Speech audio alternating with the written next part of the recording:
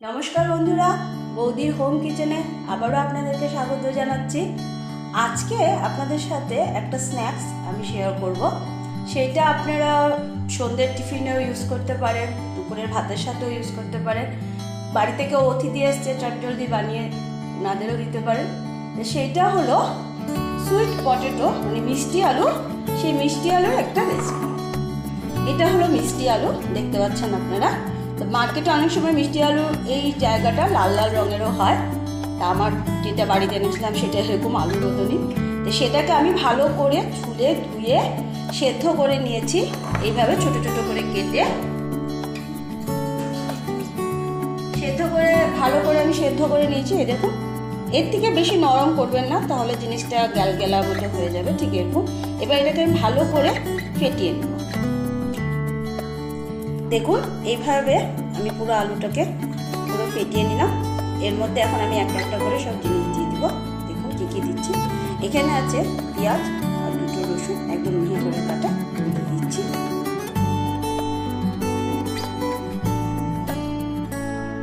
এখানে আছে ধনে পাতা, কাঁচা লঙ্কা, সেটাও খুব মিহি করে কাটা, সেটাও আমি দিয়ে দিচ্ছি। আমি এখানে 4টে কাঁচা লঙ্কাকে একদম মিহি করে কেটে নিয়েছি, আর দুটো ধনে পাতাকেও কেটে নিয়েছি। এবার আমি এর মধ্যে দিয়ে দিব লবণ। লবণটা অবশ্যই আপনারা বুঝে দেবেন। আমি এইভাবে 1 চামচের অর্ধেকটা দিয়ে দিলাম।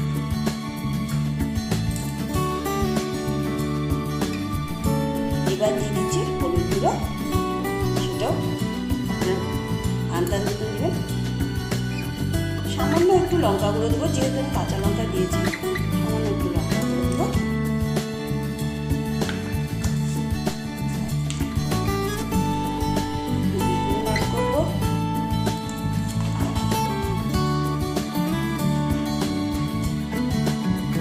এবার দিব চালের গুঁড়ো।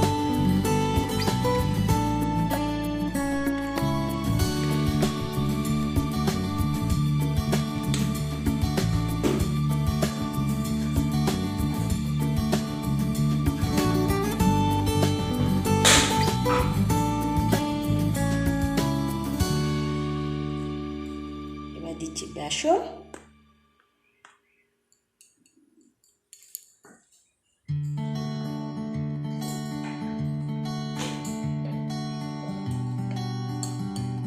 চামচের মতন কর্নফ্লাওয়ার,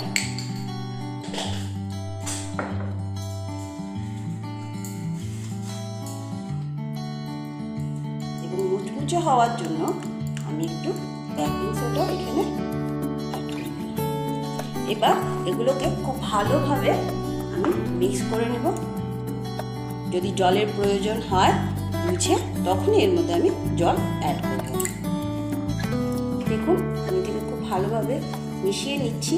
একটুখানি আমি জল অ্যাড করবো না, এটা বেশি টাইট হয়ে যাবে।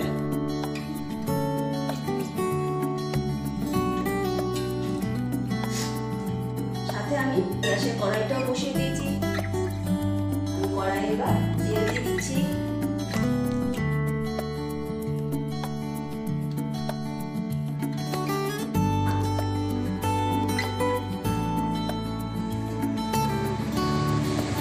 দেখুন, এটা খুব ভালোভাবে আমার মাখা হয়ে গেছে। ঠিক এইভাবে, বেশি পাতলা করবেন না, এইভাবে এটাকে মেখে নেবেন। আমার তেলটাও গরম হয়ে এসছে। আমি এবার এইভাবে, আপনারা গোল করুন, চপের মতো করুন, যেরকম ভালো লাগে। আমি সব রকমই সাইজ আপনাদের দেখাচ্ছি, সেভাবে করে করে একটা একটা করে ভেজে দিন। যারা যারা আপনারা আমার চ্যানেলটি দেখছেন, অবশ্যই আমার চ্যানেলটিকে লাইক, শেয়ার করবেন, সাবস্ক্রাইব করবেন এবং কমেন্টে নিশ্চয়ই জানাবেন কেমন হচ্ছে কেমন না।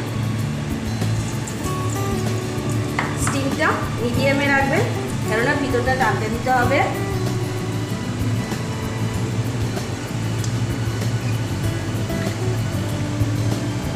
সন্ধ্যেবেলা চায়ের সাথে খেতেও ভীষণ ভালো লাগে। বানাবেন, বাচ্চাদেরকে দিবেন, বাচ্চারা খুব টেস্টিভাবে খাবে। বাচ্চাদের জন্য যদি করেন একটু ঝালটা কম দিবেন।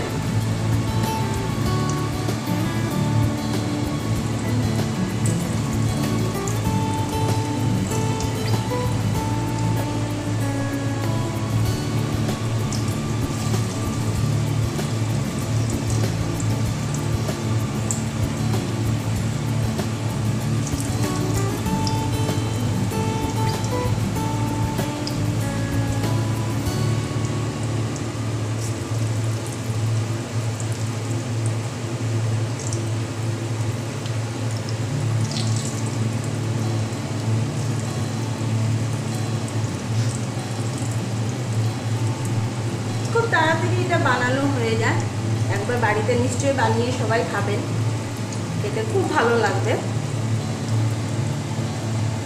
বাইরের থেকে তো আমরা কত কিছু কিনে এনে খাই, বাড়িতে এইভাবে ফ্রেশভাবে বানিয়ে খাবেন।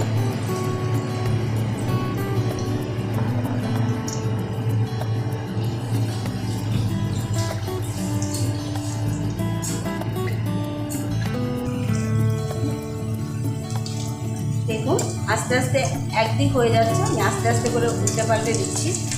খুব আস্তে আস্তে করবেন, নাহলে হয়তো ভেঙে যেতে পারে। বেশি চালের গুঁড়ো বা ময়দা দিলে শক্ত হয়ে যাবে, সেই জন্য সেগুলোর পরিমাণগুলো কম রেখে ভাজাটাকে নরম করার জন্য এই জন্য আস্তে আস্তে উল্টে পাল্টে দিবেন। এক পিঠ হয়ে গেলে আরেক পিঠ।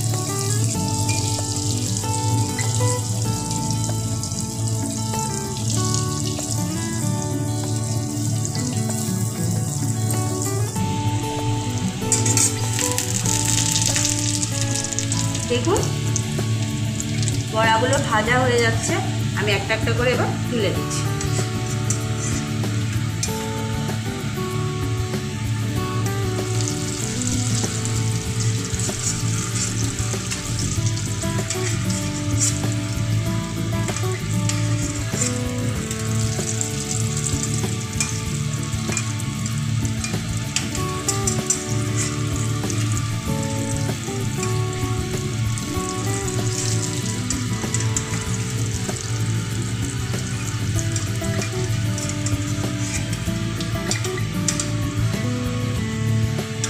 অবশ্যই আপনারা বাড়িতে বানাবেন, সবাই মিলে খাবেন।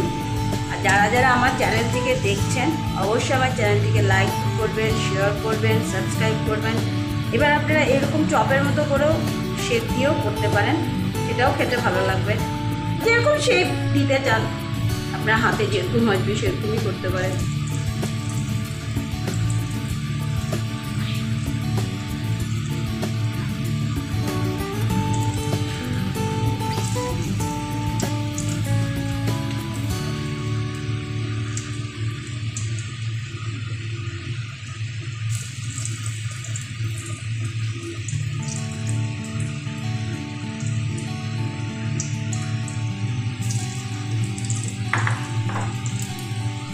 দেখুন এগুলো ভাজা হয়ে যাচ্ছে, আমি উল্টে দিলাম।